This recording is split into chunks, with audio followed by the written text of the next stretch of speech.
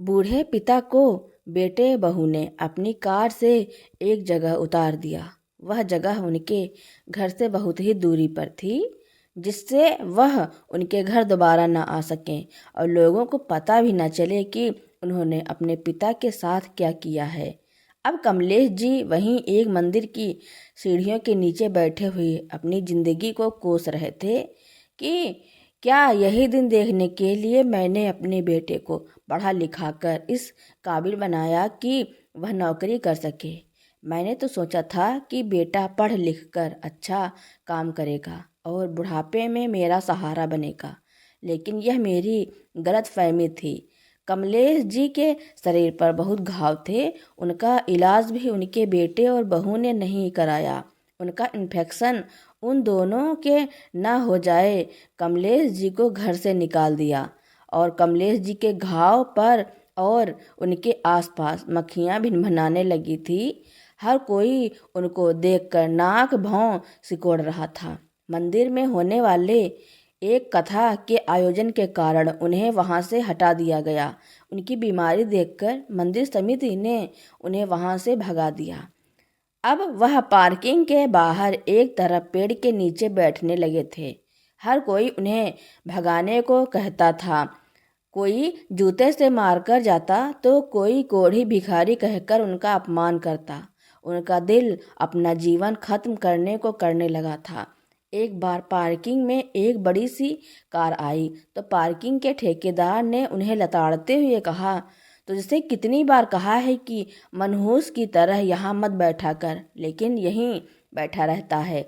चल हट, गाड़ी को निकलने दे। गाड़ी अंदर चली गई और उसके बाद कुछ लोग उनमें से निकलकर बाहर आए। सबको कथा में जाना था।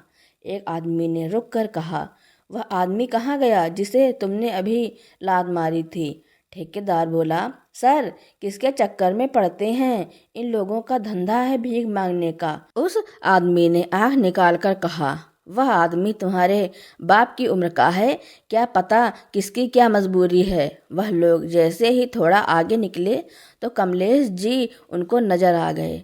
सड़क पर एक चादर का टुकड़ा बिछाकर उस पर बैठे हुए थे।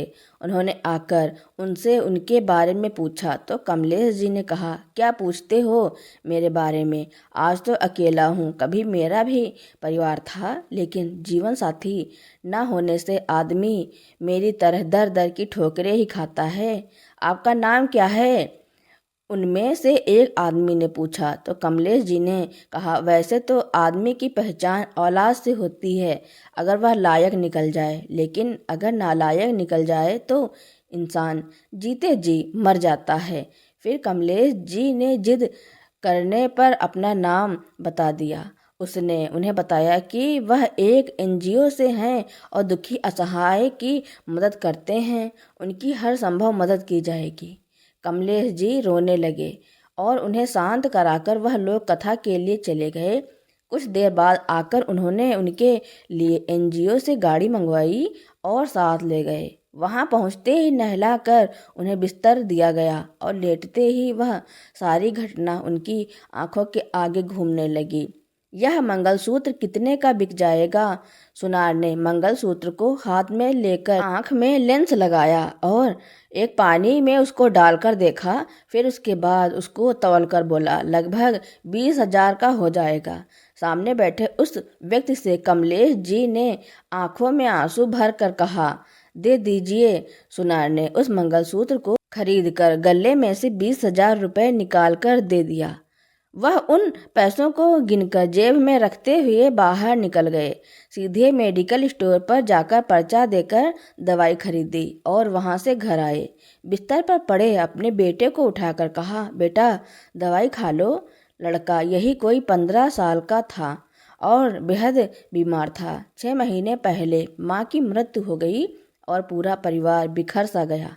बेटा माँ का जाना बर्दाश्त नहीं कर पा रहा था और पति कमलेश जी बेटे को बीमारी के कारण पत्नी के जाने का दुख उससे छुपा रहे थे। बेटा 10वीं क्लास में था और पिता का काम ठप होने के कारण फीस नहीं जमा हो पा रही थी।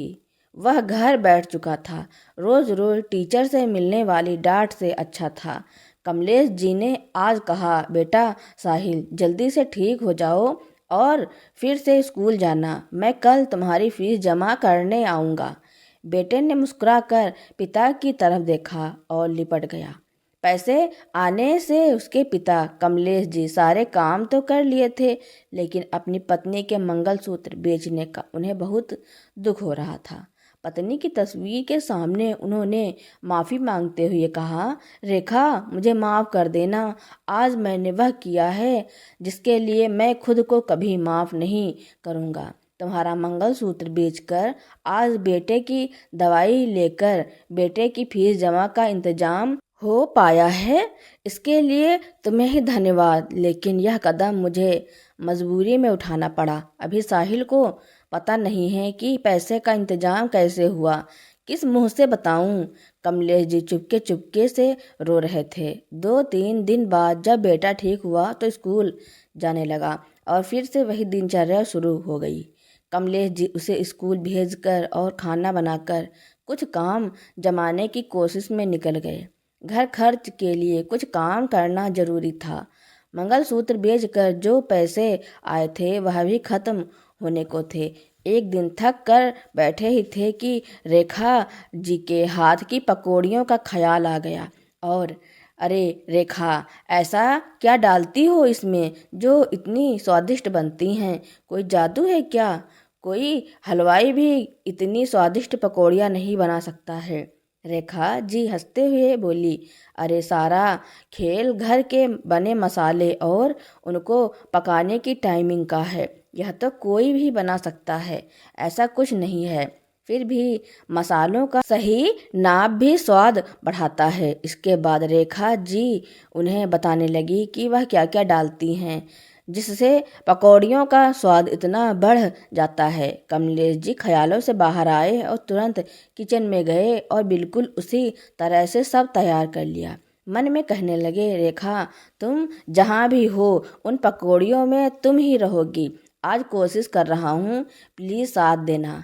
कमलेश जी खाना बनाने में उनकी तरह परफेक्ट नहीं थे, तो पकौड़ियाँ बनाने के बाद में स्वाद भी वैसा नहीं लगा। लेकिन कमलेश जी ने दोबारा कोशिश की और दूसरी बार में भी वो फेल हो गए। सामने 2 तरह के पकौड़ियों का मसाला बन चुका था और एक बार भी पत्नी के जैसी नहीं बन पाई थी।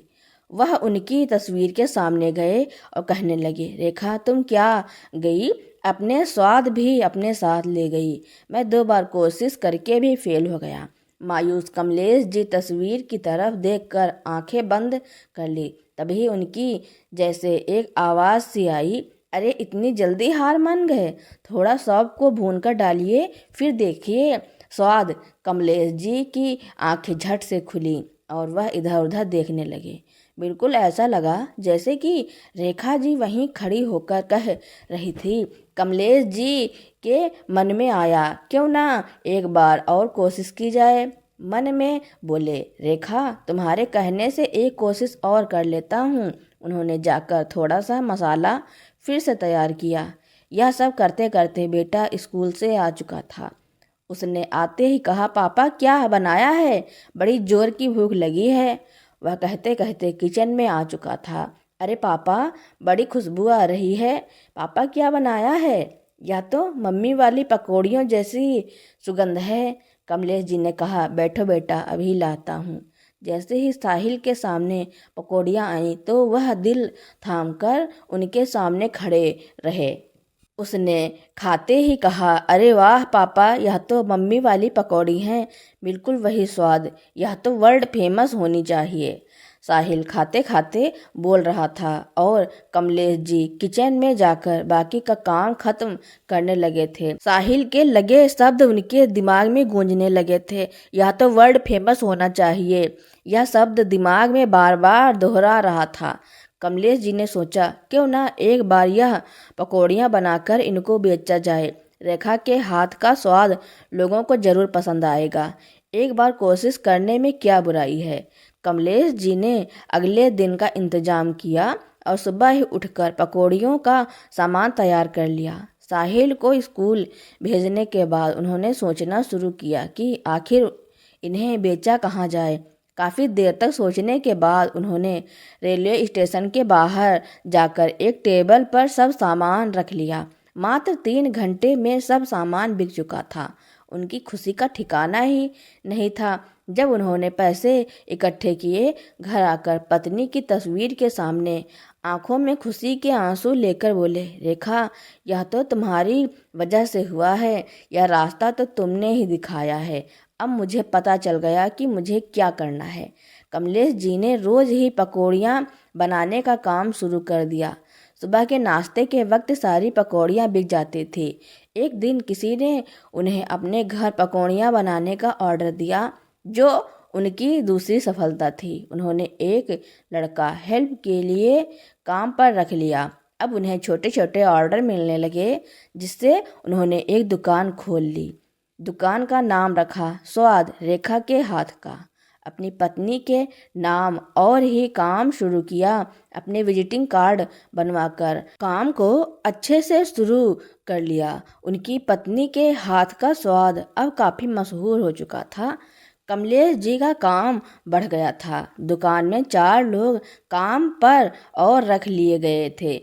ऑनलाइन ऑर्डर का भी काम आने लगा था। पकौड़ियों के साथ साथ उन्होंने रेखा जी के हाथ की और भी खाने की चीज़ें रख ली थी।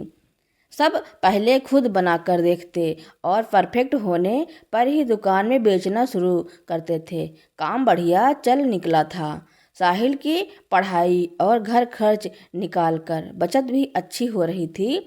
अब तो उन्हें लोग सेठ जी कहने लगे थे। साहिल की ख्वाहिशें पूरी करने में पीछे नहीं रहते थे और साहिल की खुशियों का भरपूर ख्याल रखते थे।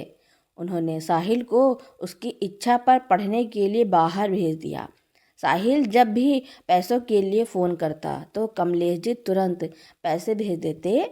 कुछ साल बाद साहिल जब वापस आया तो आते ही उसकी बढ़िया नौकरी लग गई। कमलेश जी सफलता की सीढ़ियां चढ़ते ही जा रहे थे। वह कहते, रेखा, तुम नहीं हो, लेकिन तुम्हारे सारे सपने सच करूँगा। तुम्हारे बेटे को वैसा बनाऊंगा जैसा तुम चाहती थी। बस अब इसकी शादी हो जाए। कमलेश जी ने साहिल से शादी के बारे में कहा तो उसने कहा, पापा, शादी तो करूँगा, लेकिन अपनी मर्जी से करूँगा। एक लड़की है, उसका जवाब मिल जाए तो बता दूँगा। कुछ दिनों बाद उसने लड़की का फोटो दिखाकर उसके घर चलने के लिए कहा। कमलेश जी फूले न समाये और आंखों में खुशी के आंसू भर कर बोले, काश रेखा, तुम भी आज होती तो कितना अच्छा होता। साहिल के साथ उस लड़की के घर जाकर सब बातें तय हो गईं। उसके माता पिता भी तैयार थे, क्योंकि साहिल उनको पसंद था। इकलौता लड़का और इकलौता वारिस भी था। लड़की के पिता ने बेटी से कहा, बेटा, मुझे तुम्हारे चुनाव पर फक्र है। बहुत सही लड़का चुना है तुमने। अब तुम राज करोगी। 3 महीने के अंदर शानदार तरीके से शादी हो गई। साहिल को कमलेश जी ने घूमने के लिए विदेश भेज दिया और खुद फिर से अपने काम में जुट गए। शादियों, जन्मदिन के ऑर्डर ज़्यादा होने लगे थे, जिससे व्यस्तता बहुत रहती थी। 15 दिनों बाद साहिल वापस आया तो उसको पता चला कि कमलेश जी के बाएं हाथ और पैर के ऊपर खौलता हुआ तेल गिर गया। काफ़ी जल गए थे। कमलेश जी कुछ दिन हॉस्पिटल में भर्ती रहे और फिर घर आ गए। अब वह घर से ही दुकान का काम देखने लगे थे, जिससे काम मंदा चलने लगा था। उनकी तबीयत बिगड़ रही थी, क्योंकि घाव ठीक होने का नाम ही नहीं ले रहे थे। साहिल की पत्नी तासी ने कहा, साहिल, तुम्हारे पापा का फ़ोन दिन भर बजता रहता है। सारा दिन चलाकर बात करते रहते हैं। इनके घाव देखो कैसे रिस रहे हैं। पकौड़ियों का ही तो छोटा सा काम है। कहाँ तुम अपनी कंपनी में CEO और कहाँ यह मामूली से हलवाई। पहले तो तुम इनका काम बंद करवाओ, मुझे इनसे उलझन होने लगी है। साहिल ने कहा, मैं पापा से बात करूँगा। कमलेश जी ने यह सुन लिया और उनका दिल धक से रह गया कि बहू ऐसा बोल रही है, लेकिन साहिल कुछ कह क्यों नहीं रहा। कमलेश जी ने काम करना जारी रखा और एक दिन कमलेश जी से कहा, साहिल, मेरा थोड़ा हाथ बटा दिया करो बेटा, सुबह सुबह सारे काम हो जाते हैं। बस कुछ बाहर के काम हैं, तुम वो करके इसके बाद ऑफिस चले जाया करो। साहिल ने कहा, पापा बहुत हो गया आपका, अगर मैं कुछ बोल नहीं रहा तो आप मुझे घसीट रहे हैं। अब यह काम बंद कर दीजिए, इतना कमा लेता हूँ जिससे सब अच्छे से कर सकता हूँ। तासी ठीक ही कहती है कि अब हमको इस पकौड़ियों के काम को करने की कोई ज़रूरत नहीं है। कमलेश जी ने कहा, यह तुम्हारी माँ के हाथ का स्वाद है जिसके कारण काम चला और तुम्हें मैं कुछ बना पाया हूँ, वरना तुम 20वीं से ज़्यादा क्या पढ़ पाते। कमलेश जी बोलते बोलते खांसने लगे थे। तासी वहाँ आ चुकी थी और उनको खांसते देखकर मुंह पर दुपट्टा रखकर खड़ी हो गई थी। कमलेश जी ने देखकर भी उसको अनदेखा किया और कहा, मैं यह काम बंद नहीं करूँगा, आज जो कुछ भी हूँ इसी से हूँ। साहिल बड़बड़ाता हुआ तासी के साथ बाहर चला गया। तासी का रवैया दिन ब दिन खराब होने लगा और उधर कमलेश जी की तबीयत भी दिनों दिन बिगड़ रही थी। बेटे का रूखा व्यवहार उन्हें मन ही मन दुखी कर रहा था। तासी की आवाज़ें अक्सर कानों में पड़ती, यह बुढ़ा मर क्यों नहीं जाता, जाने कब हमें इससे आज़ादी मिलेगी। कमलेश जी रोने लगते थे और रेखा जी की तस्वीर देखकर उससे रोते हुए कहने लगते थे। यह देखकर तासी कहती, अपने साथी इन्हें भी क्यों नहीं ले गई। कमलेश जी का मन यह सुनकर भारी होता रहता था। इसके कहे तीखे शब्द दिल को चुभते थे। एक दिन तो हद हो गई जब उसने उनके हाथों से फ़ोन छीन लिया और दूर फेंक दिया। बड़ा आया बिजनेस करने वाला, मैं करवाती हूँ बिजनेस, और उसने फ़ोन छुपा दिया। बीमारी के बाद काम कुछ ज़्यादा नहीं था, लेकिन कमलेश जी को अपने काम से बहुत प्रेम था। कमलेश जी उसकी यह हरकत देखकर खूब रोए। उन्होंने कहा, वह मेरा ही बेटा है जिसके साथ तुम शान से रहती हो और गाड़ियों में रहती हो। यह गाड़ियाँ, नौकर, यह बढ़िया नौकरी कुछ भी नहीं होता अगर इसे मैंने पढ़ा लिखा कर कुछ बनाया नहीं होता। तासी ने उन पर गुस्से में हाथ उठा दिया और बोली, एहसान दिखाता है बुढ़े, मैं भी भाग कर नहीं आई हूँ, जो कुछ सुन लूँगी, अब तुझे घर से निकलवा कर ही दम लूँगी। तासी ने आते ही साहिल के कान भर दिए और कहा, साहिल तुम अपने पापा को कहीं छोड़ आओ, इनके हाथ पैर सड़ रहे हैं और रोज मुझसे गुस्सा दिखाते हैं। घर में बदबू उठ रही है, इनका बिस्तर साफ करते भी नहीं बनता है कि कहीं मुझे बीमारी ना हो जाए। साहिल कमलेश जी पर बरस पड़ा और उन्हें भला बुरा कहने लगा। कमलेश जी ने कहा, इतनी पढ़ाई लिखाई इसलिए की थी बेटा, मेरा पैसा क्यों बर्बाद किया, अगर बाप से जुबान नहीं संभाल सकते। साहिल गुस्से में भरकर बोला, अब बुढ़े तेरा इंतजाम मुझको करना ही पड़ेगा, जब दर दर की ठोकरें खाएगा तब तुझे एहसास होगा। साहिल ने जाने क्या ठाना था, मगर कमलेश जी का मन तो जिंदगी से ही ऊब चला था। वह सारी रात ईश्वर से मनाते रहे कि सुबह का सवेरा ही न दिखाए, ऐसी औलाद के साथ रहने से तो मरना भला। सवेरा हुआ और साहिल ने उनको बिस्तर से ले जाकर गाड़ी में बैठा दिया, उनका कुछ सामान भी उनके साथ रख दिया। वह नहीं जानते थे कि कहाँ जा रहे हैं, लेकिन यह पता था कि अपने ही घर से निकाले जा रहे हैं और कभी वापस नहीं आएंगे। रेखा जी की तस्वीर बैग में रखते हुए मन में कहने लगे, रेखा, इंसान सिर्फ औलाद के आगे हारता है और मैं भी हार गया। हालांकि यह सब मेरा ही है, लेकिन मेरा दिल इतना बड़ा नहीं है कि इससे सब छीन लूँ। मैं ही चला जाता हूँ और तुम तो हर जगह मेरे साथ हो। चलिए देख लीजिए, आखिरी बार जो भी देखना है, इसके बाद मौका नहीं मिलेगा। तासी ने कमरे में आकर ताना दिया। कार में जाकर बैठ गए और तासी साहिल के साथ आगे की तरफ बैठ गई। इस कोढ़ी के साथ बैठकर जान थोड़ी देनी है, तासी बड़बड़ा रही थी। जिसे कमलेश जी ने सुन लिया था। वह चुप्पी साधे बैठे रहे और पीछे छूटते घर को मुड़कर देखते रहे। 3 घंटे तक साहिल कार चलाता रहा मगर गाड़ी कहीं रुकी नहीं रही थी। जब शहर से बाहर निकले तो जाने किन किन रास्ते पर से होकर वह लोग गुजरने लगे। तासी बार बार साहिल की तरफ देख रही थी कि साहिल जाने क्या कर रहा है, इन्हें कहीं उतार क्यों नहीं देता। एक छोटा सा जंक्शन आया और साहिल ने वहाँ उन्हें कार से उतार दिया। कुछ पैसे हाथ में देकर कहा, अब आपको जहाँ जाना है जाइए और जो चाहे कीजिए, कहकर गाड़ी तेजी से लेकर चला गया। कमलेश जी खड़े देखते रहे, एक तरफ बैठकर अपनी किस्मत को कोसते रहे और आंसू बहाते रहे। इतनी गर्मी और धूप में बेटा सड़क पर छोड़कर चला गया था, इससे ज़्यादा बदनसीबी क्या होती है। किसी ने कहा, उधर जाकर बैठो, उधर बाइक खड़ी होती है। तो वह उठकर दूसरी तरफ बैठ गए, लेकिन वहाँ से भी किसी ने उठने को कह दिया। ऐसे ही वह इधर उधर बैठे हुए मंदिर की पार्किंग के बाहर साइड में चले गए। थोड़ी जगह थी और पेड़ की छांव भी, तो वहीं अपना चादर का टुकड़ा बिछाकर बैठ गए। उनके दिन यहीं गुजर रहे थे, कोई और आसरा नहीं था। बारिश होती तो इधर उधर सिर छुपाते रहते।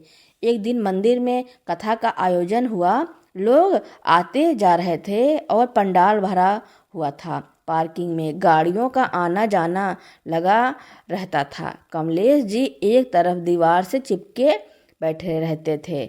उनके पास घाव पर मक्खियाँ भिनभिनाती रहती थी।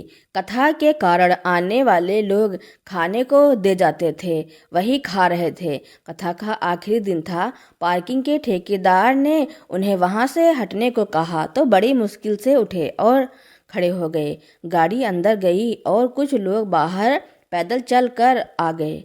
कमलेश जी पर कथा में आए हुए कुछ लोगों की निगाह पड़ी और उन्होंने पास आकर पूछा, ये आपके हाथ पैर ऐसे कैसे जले हुए हैं और आप इतनी धूप में क्यों हैं? आपको तो इलाज की ज़रूरत है। कमलेश जी ने उनकी तरफ देखकर कहा, जिंदगी की धूप में इतना जल गया तो यह आसमानी धूप क्या चीज़ है। उसने कमलेश जी से उनके बारे में जानने की कोशिश की तो दुखी मन से उन्होंने सब बता दिया। उस व्यक्ति ने सुनकर कहा, आप मेरे साथ चलिए, मैं आपको रहने की जगह दिलवा दूंगा। आप वहाँ आराम से रहिएगा और वहाँ इलाज भी मुफ्त होता है। कमलेश जी ने उनकी तरफ देखकर कहा, मेरे पास कुछ देने को नहीं है बाबूजी, ऐसा मजाक मेरे साथ मत कीजिए। उस व्यक्ति ने कहा, मजाक नहीं है, मैं आपको एक वृद्धा आश्रम में ले जा रहा हूँ जो मेरे दोस्त का है और वह ऐसे लोगों की मदद करता है। आपको सब सुविधा दी जाएगी। उस व्यक्ति ने फ़ोन करके वृद्धा आश्रम से गाड़ी मंगवाई और कमलेश जी को उनके साथ भेज दिया। कमलेश जी को वृद्ध आश्रम अच्छा पर साफ सुथरा बिस्तर दिया गया। उन्होंने देखा तो वहाँ उनके जैसे काफ़ी लोग थे जिन्हें उन्हें देखकर अच्छा लगा और कुछ राहत हुई। उनका इलाज भी शुरू कर दिया गया था। बहुत दिन बाद आज बिस्तर पर लेटे थे। आज चादर के नीचे से चुभते सड़क के पत्थर नहीं थे, ऊपर चलता पंखा बहुत सुकून की हवा दे रहा था और मक्खियों का नामो निशान ही गायब था। कमलेश जी काफ़ी देर तक सोते रहे और उसके बाद कुछ खाया पिया। उनके दिन इस आश्रम में अच्छे से बीतने लगे और घाव ठीक से इलाज हुआ तो भरने लगे। वहाँ उनके कुछ दोस्त भी बने। सब एक दूसरे को अपनी आपबीती सुनाते रहते थे। कमलेश जी रेखा जी को याद कर उनकी बातें सुनाते। उनकी पकौड़ियों की कहानी भी सबको पता चल गई थी। एक ने तो कहा, मैंने खाई हैं आपकी दुकान की पकौड़ियाँ, बहुत मशहूर होती थी। कमलेश जी की आंखों में आंसू भर कर कह रहे थे, एक दिन आश्रम में एक फंक्शन का आयोजन हुआ, खाना पीना बन रहा था तो किसी ने कहा, कमलेश जी क्यों ना आपके हाथ की पकौड़ियाँ हो जाएं? हम इंचार्ज से कहकर आपको सामान मंगवा देते हैं। कमलेश जी पहले तो ना नुकुर करते रहे लेकिन फिर मान गए। सामान आ गया और कमलेश जी ने एक दो लोगों की मदद से सब तैयार कर लिया। कार्यक्रम शुरू होने के बाद जब पकौड़ियाँ सामने आईं तो खाने वाले उंगलियां चाटते रह गए। उनके साथ परोसी गई चटनी का स्वाद उन्हें तारीफ करने पर मजबूर कर दिया। कमलेश जी को आज बड़ी खुशी और सुकून मिला। उन्होंने मन में कहा, रेखा तुम कभी फेल नहीं हो सकती, धन्यवाद तुम्हारा। अब जब भी वहाँ कोई कार्यक्रम होता तो सभी उनसे पकौड़ियाँ बनाने की गुजारिश करते। सबकी खुशी के लिए वह करते रहे। ट्रस्ट ने इससे प्रभावित होकर एक फैसला किया कि क्यों ना कमलेश जी के हाथ की पकौड़ियों का बिजनेस ऑनलाइन किया जाए। सब मिलकर इनकी मदद करेंगे और मुनाफे में से इन सबको पैसे मिलेंगे, जिससे सभी लोगों को काम मिलेगा और पैसे मिलेंगे। आश्रम में रहने वाले बेसहारा लोग इस बात पर तैयार हो गए और कमलेश जी ने सबका नेतृत्व संभाल लिया। आश्रम के ट्रस्ट के लोगों ने इनके लिए जगह का भी प्रबंध कर लिया। अब यह काम ऑनलाइन होने लगा और ऑर्डर भी मिलने लगे। उधर साहिल का ऑफिस ठीक नहीं चल रहा था। उसकी एक धोखाधड़ी सामने आई और उसकी जॉब चली गई। कंपनी के अकाउंट में इतना बड़ा घपला किया था कि जॉब रातों रात चली गई और वह घर बैठ गया। अब ताशी ने उसको ताने देने शुरू कर दिए, तुम घर पर ही बैठे रहोगे या कुछ काम भी करोगे? सारी जमा पूंजी खाने पर खर्च हो जाएगी तो हम सड़क पर आ जाएंगे। साहिल का कैरियर खराब हो चुका था और अब उसे जॉब नहीं मिल रही थी। परेशान साहिल यह सोचने लगा था कि क्या काम करे जिससे घर का खर्च चले। ताशी की बात उसे चैन की नींद लेने नहीं देती थी। उसे अपनी माँ की याद आई और उनके हाथ की बनी पकौड़ियाँ। काश पापा होते तो यह दिन न देखना पड़ता। अब उनकी हालत बहुत ख़राब हो गई थी और उस गाड़ी बेचने की नौबत आ गई थी। उसने सोचा कि क्यों ना एक बार पापा को ढूंढा जाए। वह उसी जगह पहुंचा जहां कमलेश जी को छोड़कर आया था। उनकी फ़ोटो दिखाकर सबसे उनके बारे में पूछ रहा था। सबने कहा देखा तो था कुछ दिन पहले, लेकिन इसके बाद कहाँ गए कुछ पता नहीं बेचारे। और मक्खियाँ भिनभिनाती रहती थी। सब उन्हें धुतकार देते थे। शायद इसी कारण कहीं चला गया होगा। पता तो यह चला था कि इसके बेटे ने निकाल दिया था। आज कल की औलाद होने से तो ना होना अच्छा। इस पान वाले बुजुर्ग व्यक्ति ने ऐसा कहा तो साहिल की नज़रें शर्म से झुक गईं। इस तरह काफ़ी घूमने के बाद भी उसको कमलेश जी का कुछ पता न चला था। तब थक हार कर बैठ गया। मोबाइल उठाया कि कुछ खा लेता हूँ। उसने ऑनलाइन चेक किया तो 5 स्टार रेटिंग में पकौड़ियाँ देखी। उसे माँ की याद आ गई तो सोचा चलो पकौड़ी खाकर माँ को याद करूँ। आधे घंटे में डिलीवरी बॉय उसे पकौड़ियाँ पकड़ा कर चला गया। पकौड़ियों का बॉक्स खोलते ही खुशबू से वह थोड़ा हैरान हुआ, मगर जब उसको मुंह में डाला तो खाते ही उसको वह दिन याद आया जब कमलेश जी ने पहली बार पकौड़ियाँ बनाकर खिलाई थी। यह तो वही स्वाद है, बिल्कुल वही माँ के हाथ का स्वाद। कहीं पापा फिर से, सोचकर उसने जल्दी से इसका एड्रेस चेक किया तो एड्रेस मिल गया। साहिल उस पते पर पहुंचा तो पता चला कि यह तो कोई वृद्धाश्रम है। साहिल ने मन में सोचा, अरे मैं गलत पते पर आ गया, यह हलवाई की दुकान तो नहीं है। तभी उसने एक आदमी को चौकीदार से कहते सुना, भाई पकौड़ियों के लिए आया हूँ, दिलवा दो ना। चौकीदार ने कहा, ऑनलाइन ऑर्डर करो, वहीं से मिलती हैं। तभी अंदर से एक व्यक्ति आया तो उसने देखकर कहा, मोहन ला दो इनको अंदर से। कोई बात नहीं, हम सेवा ही तो करते हैं। साहिल हैरान हो गया तो वो ऑफिस में मिलने गया। उसने जाकर कहा, सर आपकी पकौड़ियाँ खाई, बहुत स्वाद है, मेरी माँ के हाथ का स्वाद। यहाँ यह कौन बनाता है?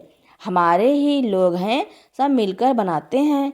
सबको कुछ आमदनी हो जाती है और रोजगार का जरिया भी हो गया है। साहिल ने वह सब देखने की इच्छा जताई तो मैनेजर उन्हें अंदर ले गए। साहिल ने अंदर जाकर देखा तो कितने सारे लोग एक साथ काम कर रहे थे और सभी उम्र दराज व्यक्ति थे। उसने एक एक पर नजर डाली, लेकिन कमलेश जी वहां नहीं दिखे। काफी देर तक देखने के बाद धन्यवाद कहकर पलट कर जाने लगा तो पीछे से आवाज आई, सौंफ को भूनना है पहले और आलू ठंडे कीजिए पहले। साहिल के चेहरे पर आवाज सुनते ही मुस्कुराहट आ गई। वह तुरंत पलटा और सामने कमलेश जी को देखकर हैरान रह गया। जोर से चिल्लाया, पापा कैसे हैं आप? पापा? साहिल आकर उनके गले लग गया, लेकिन वह बुत बने खड़े रहे। साहिल रो रहा था और आसपास बैठे लोग उनकी तरफ देख रहे थे। कमलेश जी ने कहा, कौन सा बाप जिसको सड़क पर मरने के लिए छोड़ दिया था? साहिल की नजरें शर्म से झुक गईं और वह उनके कदमों में गिर गया और अपने पापा से माफी मांगने लगा। वह कहता है कि पापा, मैंने जो किया उसके लिए मैं आपसे माफी मांगता हूँ, लेकिन मुझे माफ कर दीजिए। मैंने जो गुनाह किया है उसकी सजा मुझे मिल चुकी है, क्योंकि मेरी नौकरी चली गई है और घर का सब कुछ बिकने की नौबत आ गई है। यहाँ तक कि घर भी नीलाम होने वाला है। हम सड़क पर आ जाएंगे। यह सुनकर कमलेश जी कहते हैं कि तुमने जो अपने पिता के साथ किया, मुझे मरने के लिए सड़क पर छोड़ दिया था, अब वह सब तो तुम्हारे साथ होना ही है। मैं तुम्हारी कोई मदद नहीं कर सकता। तुम यहाँ से जा सकते हो। यह सुनकर साहिल वहाँ से सर झुकाकर चला गया। अब उसे अपने किए पर बहुत पछतावा हो रहा था। तो दोस्तों, कमलेश जी ने अपने बेटे के साथ जो किया उसके बारे में आपका क्या कहना है और यह कहानी आपको कैसी लगी, कमेंट में ज़रूर लिखना। मेरी कहानी सुनने के लिए आपका बहुत बहुत धन्यवाद।